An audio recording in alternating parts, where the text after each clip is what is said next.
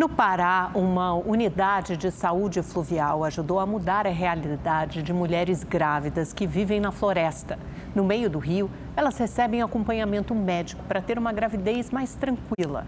O barco leva assistência às ilhas de Abaetetuba. Veja na reportagem feita em parceria entre a Amazônia Vox e a Rede TV. A Unidade Básica de Saúde Fluvial percorre desde 2018 as mais de 70 ilhas de Abaetetuba, município que fica a 2 horas de Belém. O barco chega nas comunidades ribeirinhas equipado com o que é necessário para fazer o pré-natal.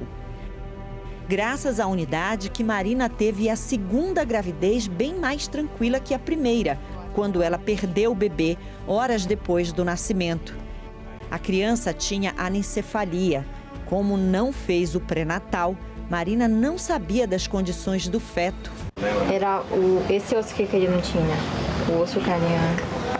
Agora a realidade é outra. Ela é mãe da Jaqueline, que veio ao mundo saudável e teve todo o acompanhamento necessário antes de nascer. Antigamente o povo ribeirinho aqui sofria muito, né, com a questão principalmente da saúde. Porque o deslocamento daqui para Abaeté era muito complicado. A pessoa chegava lá, às vezes, fora de hora, não conseguia atendimento. E aí sofreu muito. Com a chegada da UBS, não, melhorou 100%. O ribeirinho já vem aqui, né, já no seu território, já vem, marca sua consulta, faz o agendamento. Quando vem o dia da UBS, já vem só consultar. Então, a diferença de antigamente para agora realmente melhorou muito. A médica que ajudou Marina é a Rama Valente. Ela passa 20 dias do mês dentro da embarcação. Rama lamenta não manter uma rotina nos atendimentos por causa do fluxo da maré. Muitos desses pacientes, eles dependem da altura do rio, né? Se está muito seco, eles têm uma dificuldade maior para chegar até a gente. Se está um pouquinho ali tranquilo, a maré está cheia, eles conseguem vir mais rápido. A gente tem um fluxo de atendimento maior. Então, normalmente, o fato de falar hoje está tranquilo, não, é porque o rio não está favorável para eles. Sabendo que a rotina das consultas pode ficar comprometida, a doutora faz as receitas para que as mães fiquem medicadas, mesmo que não consigam ir até a unidade fluvial. Tem algumas medicações que a gente tem que dar um pouquinho mais de atenção, tá? A gente sabe que durante a gestação existem algumas modificações gravídicas, algumas alterações que são consideradas normais, mas que precisam da nossa atenção, como a questão da formação neurológica do bebê. Então a gente dá uma atenção maior com o uso do ácido fólico, tá? Tem a questão da prevenção, tá? Da questão da anemia durante a gestação. Então nisso a gente dá seguimento com o uso do sulfato ferroso. Sempre que o rio permite a navegação, Maísa e o marido vão à UBS Fluvial ver como está a Aurora na barriga da mãe. Antes, o casal precisava se deslocar por horas até a cidade mais perto para tentar uma consulta. Agora, tudo ficou mais fácil. Aí já tinha que ir, ter um gasto para Abaeté, para poder se consultar, odontológico, né? E tinha o gasto financeiro que tem, como é particular.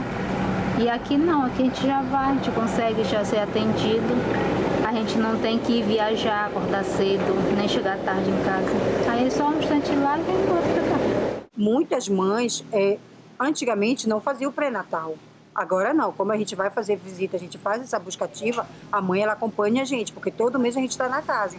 A gente pega a caderneta, saber se a vacina dela está em dia, não só dela como da criança, né? Então, com certeza melhorou 100%.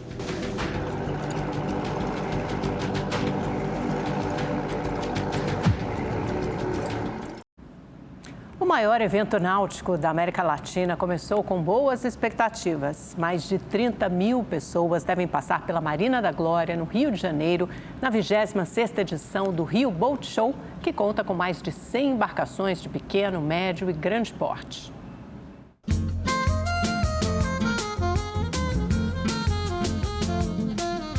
A vista não poderia ser outra. Cartão postal do Rio de Janeiro. Este é o cenário do Rio Boat Show, evento que reúne centenas de embarcações na Marina da Glória para negociar ou apenas apreciar. para quem quiser conhecer um pouco mais desse mercado náutico, entender um pouco mais de todas essas oportunidades, inovações e produtos. O evento acaba sendo uma oportunidade de aproximar as pessoas um pouco mais das experiências náuticas, de conteúdo náutico, mas principalmente dos produtos que permeiam aí nesse nosso segmento. Ricardo e a esposa vieram do Paraná em busca de novidades. Nosso interesse aqui é averiguar a possibilidade de adquirir uma nova embarcação. Nós somos do Paraná, né, e navegamos em Santa Catarina, né, então eu estou achando muito interessante, sem falar o Rio de Janeiro, né, que aí é muito bonito, né, acaba se tornando um passeio muito agradável, né. O evento conta com mais de 100 embarcações de pequeno, médio e grande porte. O público, além de conferir todas as novidades do segmento, pode ter essa experiência imersiva de navegar. O cliente aqui ele consegue ver a navegação, ver a qualidade do produto na água. É diferente de outros boat shows, que o barco no seco, que a gente chama, né, o barco, uma exposição no seco, o cara só vê o enxoval e a decoração. Então aqui no Rio Boat Show para nós é maravilhoso. No Rio Boat Show também estão expostos barcos de celebridades, lanchas, veleiros, iates de luxo e brinquedos náuticos. Esse expositor criou um aplicativo para facilitar o acesso à navegação. A gente consegue aí fechar um barco, por exemplo, por R$150 por pessoa, já com combustível e a tripulação inclusa. Então, realmente, a gente consegue, dentro da plataforma, democratizar, trazer essa segurança para todas as pessoas, tanto o proprietário que quer alugar sua embarcação e diminuir o custo fixo, assim como também o cliente usuário que quer curtir um dia a bordo.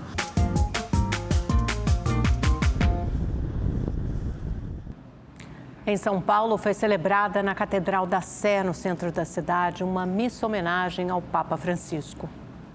No altar da igreja, uma imagem de Francisco com as datas do seu nascimento e morte para lembrar a trajetória sacerdotal iniciada quando ainda muito jovem na Argentina. Quem participou da missa tinha como propósito atender a um pedido que Francisco sempre fazia: rezem por mim. Pela sua igreja, pelo mundo, sobretudo por uma coisa pela qual ele se empenhou tanto, que é a paz no mundo. Então é por isso que eu pedi para ele hoje. A gente tem muito a agradecer e ter uma fé. E espero que o mundo esteja melhor e todos nós rezemos junto ao Papa Francisco. Durante a celebração, algumas características marcantes do Papa Francisco foram enaltecidas. Toda palavra que saiu da boca do Papa Francisco, todo pensamento que ele formulou, saiu e foi formulado a partir de um coração que ama e conhece a Deus.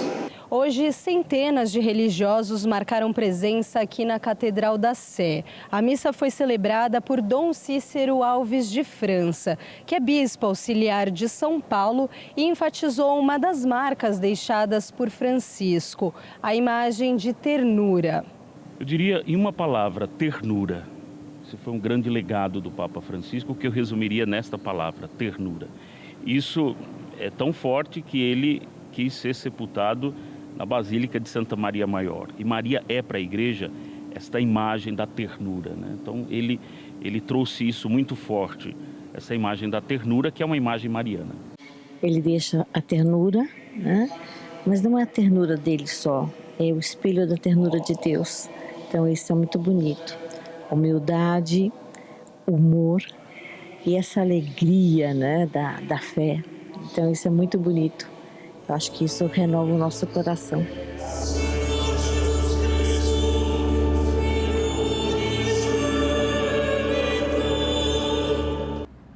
O ministro Gilmar Mendes, do Supremo Tribunal Federal, desistiu de levar o julgamento da prisão do ex-presidente Fernando Collor de Mello ao plenário físico da Corte. Com isso, um novo julgamento no plenário virtual será aberto na semana que vem. A ideia do ministro Gilmar Mendes era debater a situação do ex-presidente. Só que antes disso, já havia um julgamento aberto no plenário virtual, quando os ministros registram o voto eletronicamente, sem debate. O prazo para o voto eletrônico se encerrou ontem, às 11 horas da noite. Mas com a desistência do decano da Corte, um novo julgamento no plenário virtual vai ser aberto das 11 da manhã às 11 da noite de segunda-feira. Apesar de o caso não estar encerrado, já há maioria de votos para manter Fernando Collor de Mello preso.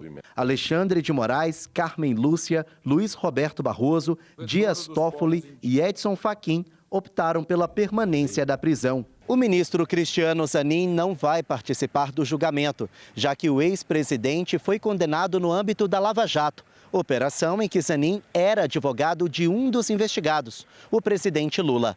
A abstenção é para não comprometer a lisura do processo. Fernando Collor foi condenado a 8 anos e 10 meses de prisão por corrupção passiva e lavagem de dinheiro. Segundo a Justiça, ele recebeu 20 milhões de reais para favorecer indicações dentro da BR Distribuidora. O objetivo era viabilizar contratos de construção de bases de combustível. Collor está preso em Alagoas. O Conselho Regional de Medicina do Distrito Federal vai apurar a entrada de pessoas na UTI do Hospital DF-Star, onde o ex-presidente Jair Bolsonaro está internado. O CRM informou que o acesso às UTIs é restrito. Mesmo assim, o ex-presidente já recebeu aliados, como o presidente do PL, Valdemar Costa Neto, e o pastor Silas Malafaia.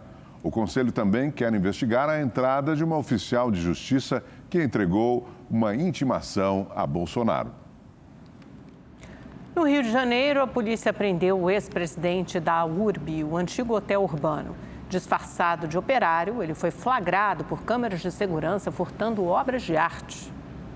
Nesta imagem, João Ricardo Rangel Mendes aparece saindo do elevador de um shopping na Barra da Tijuca, zona oeste do Rio de Janeiro, com uma sacola. Ele retorna com 3 quadros retirados de um escritório de arquitetura. No estacionamento do shopping, o empresário coloca os quadros em um táxi, mas ao ser abordado pelo dono do escritório e pelos seguranças, ele foge em uma moto sem levar as obras. Em seguida, João Ricardo vai para um hotel na Praia da Barra. Nesta imagem, ele aparece tirando um quadro da parede. Através da análise dessas imagens, nós conseguimos verificar que ambos os delitos haviam sido praticados pela mesma pessoa e também analisando as imagens, nós conseguimos chegar à identificação do responsável por esses delitos. Os agentes foram até a casa do empresário em um condomínio de luxo na zona oeste do Rio. João Ricardo ainda tentou fugir pelo terraço, mas acabou preso. A polícia conseguiu recuperar um quadro e 3 esculturas. Também apreendeu a moto usada para cometer o crime, que estava sem placa. João Ricardo Rangel Mendes é o fundador da URB, o antigo hotel urbano. Desde 2022, a empresa vem enfrentando problemas nos órgãos de defesa do consumidor por não respeitar os contratos de viagens. Ontem, o site saiu do ar por decisão da Justiça. A URB também está proibida de atuar no mercado. Com a morte do Papa Francisco, foi adiada a canonização do beato Carlo Acutis. O jovem, que deve se tornar o primeiro santo millennial, é venerado numa comunidade religiosa no Grande Recife. Na comunidade católica Obra de Maria, em Pernambuco, os fiéis se preparavam para celebrar a canonização do santo milenial Carlo Acutis. A morte do Papa Francisco adiou a cerimônia. O Papa Francisco ele desejava estar nesse momento, até porque era o jubileu dos adolescentes, ele ia celebrar essa missa principal com a canonização de Carlo Acutis. Tendo acontecido isso, não existia um delegado para tal, então não existe a possibilidade de ter esta canonização. Mas em um momento oportuno, com o novo Papa, que nós já rezamos, né, já está no coração de Deus, terá uma nova data. Na paróquia que leva o nome de João Paulo II, o Papa dos Jovens, está guardado um relicário com fios de cabelo e uma réplica do beato. A imagem mostra Acutis como era em vida, de calça jeans, camiseta vermelha, tênis e mochila nas costas. Carlo Acutis ficou conhecido como o padroeiro da internet. Criou um site para divulgar relatos de milagres e evangelizar pelas redes. Nascido na Inglaterra, viveu na Itália até os 15 anos, quando morreu de leucemia em 2006. Em 2020, foi beatificado pelo Vaticano. A Igreja reconheceu 2 milagres atribuídos a ele. um no Mato Grosso do Sul e outro na Itália. Nos 2 casos, os devotos relatam curas após a intercessão do beato. O decreto de canonização foi assinado pelo Papa Francisco no ano passado. Por enquanto, o jovem ainda não é considerado santo. Só o Papa ou algum religioso indicado pelo Santo Padre pode realizar a santificação. A gente percebia que o Papa ele conhecia de fato a história deste jovem que tem tocado o nosso coração, tocado a nossa vida. Então ele tinha um carinho especial, né, por Carla Cutis. Nós permanecemos em oração e agora por uma causa maior, né, pela alma do Santo Padre, o Papa Francisco, que agora se encontra com Carla Cutis. No céu nós acreditamos que estão os dois juntos, o Papa da Misericórdia, que nos lembra da misericórdia, e o Beato Carla Cutis, o padroeiro dos jovens. E quando visitou o Brasil em 2013, o Papa Francisco surpreendeu o mundo ao ser conduzido por um carro popular durante os deslocamentos no Rio de Janeiro. Por transportar um passageiro tão ilustre como o Santo Padre, esse automóvel logo conquistou um lugar especial no acervo da montadora. Veja na reportagem de Rodrigo Cabral. Francisco veio ao Brasil em julho de 2013 para a Jornada Mundial da Juventude. Era a primeira viagem apostólica do novo Papa. O jeito simples do argentino foi percebido logo na chegada ao Rio de Janeiro. Ele escolheu um carro sem nenhuma sofisticação para os deslocamentos pela cidade e ainda abriu o vidro para saudar as pessoas que se aproximavam.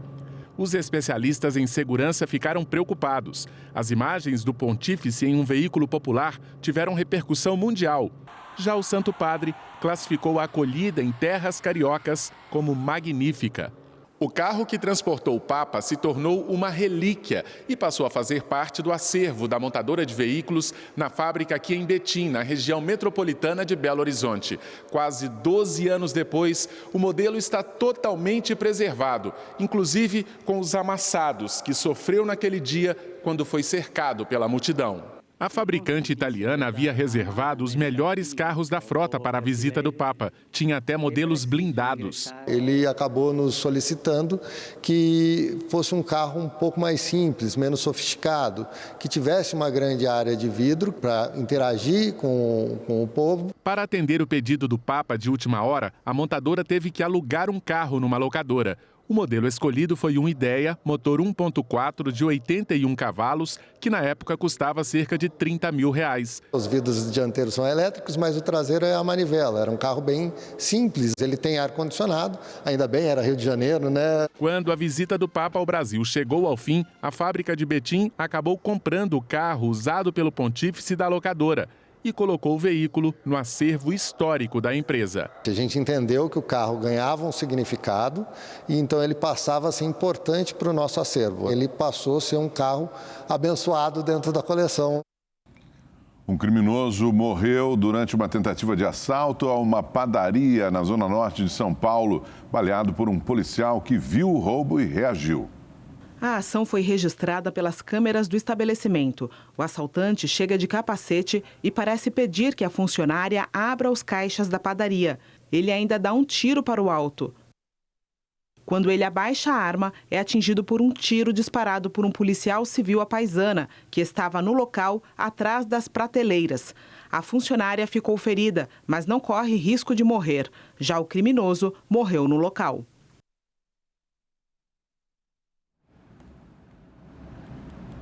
Em meio à alta dos alimentos, Belo Horizonte busca alternativas para oferecer comida mais barata e de qualidade para a população, especialmente para as famílias que vivem em situação de vulnerabilidade. Frutas, legumes e verduras fresquinhos e acessíveis. Saí de um outro supermercado e vim aqui. Lá estava R$ 4,98. Aqui está R$ 2,59. Vou fazer uma batatinha assada com carne moída. O Hortifruti em Belo Horizonte aderiu a um programa da prefeitura para ajudar a ampliar o acesso a alimentos saudáveis com preços baixos, principalmente para a população de baixa renda. São produtos selecionados com o valor do quilo tabelado em R$ 2,59. Geralmente são produtos de época, que tenha oferta, que aí eu consigo um preço bacana para a gente poder estar colocando. levando. Aí dentro da bagagem do mix a gente vai selecionando frutas, verduras, legumes, sempre frescos. O objetivo é que a população acesse o alimento na qualidade e na regularidade necessária. Hoje eu estou com a cesta recheada, ó. Beterraba, repolho, abóbora, jiló, chuchu, tudo a R$ 2,59. A Maíra aproveitou para encher o carrinho. Estou levando pimentão, batata, que está na promoção. É uma coisa importante para a gente estar sempre com a feirinha feita, né? As crianças aproveitando os alimentos e com preço baixo, né? Quem não gosta? Iniciativa que ajuda o bolso. Nos últimos 5 anos, os alimentos in natura, como frutas, legumes e verduras, registraram alta de 75%, enquanto os industrializados subiram 67% em média.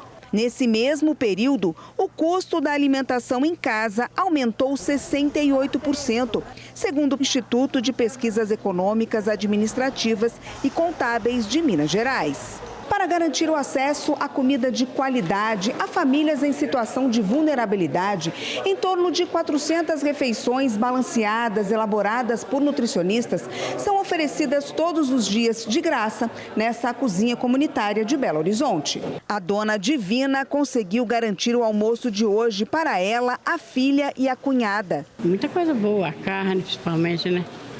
As verduras, as frutas, ajuda demais a conta do nosso pai. Um estudo em parceria com pesquisadores da Universidade Federal de Minas Gerais faz um mapeamento de novos locais para a expansão do programa. São famílias inteiras, né, crianças, idosos, às vezes a principal refeição, né, que elas conseguem ali durante o dia.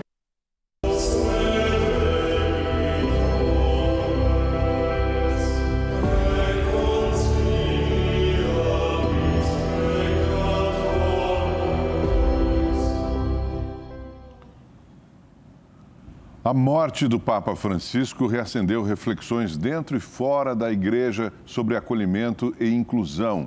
Durante o pontificado, ele adotou uma postura inédita em relação à comunidade LGBTQIA+. Católico desde a infância, Tibério chegou a se afastar da igreja ao se deparar com preconceito por causa da sua orientação sexual, mas se aproximou da religião por causa do Papa Francisco. Ele sempre é muito corajoso em manifestar esse amor, né? Em mostrar para o mundo, né? Para os católicos, que é possível sim viver uma vida acolhedora, que é possível sim abrir pontes, né? Destruir os muros e construir pontes. Este especialista em teologia e religião acredita que um dos aspectos mais importantes do legado de Francisco foi seu posicionamento a favor da proteção civil para casais do mesmo sexo. Sua famosa frase, quem sou eu para julgar? Francisco colocou a pessoa humana no centro da vida da igreja. Ele destacou a importância de acolher as pessoas em suas realidades concretas, suas histórias, experiências, deixando um pouco de lado a preocupação excessiva com normas e julgamentos morais. A vida da professora Silvinha também foi tocada pela postura do Papa Francisco. Desde que ele foi eleito Papa, que eu me sinto representada. Porque antes eu me sentia à margem da igreja, né? Até me afastei um pouco por conta disso.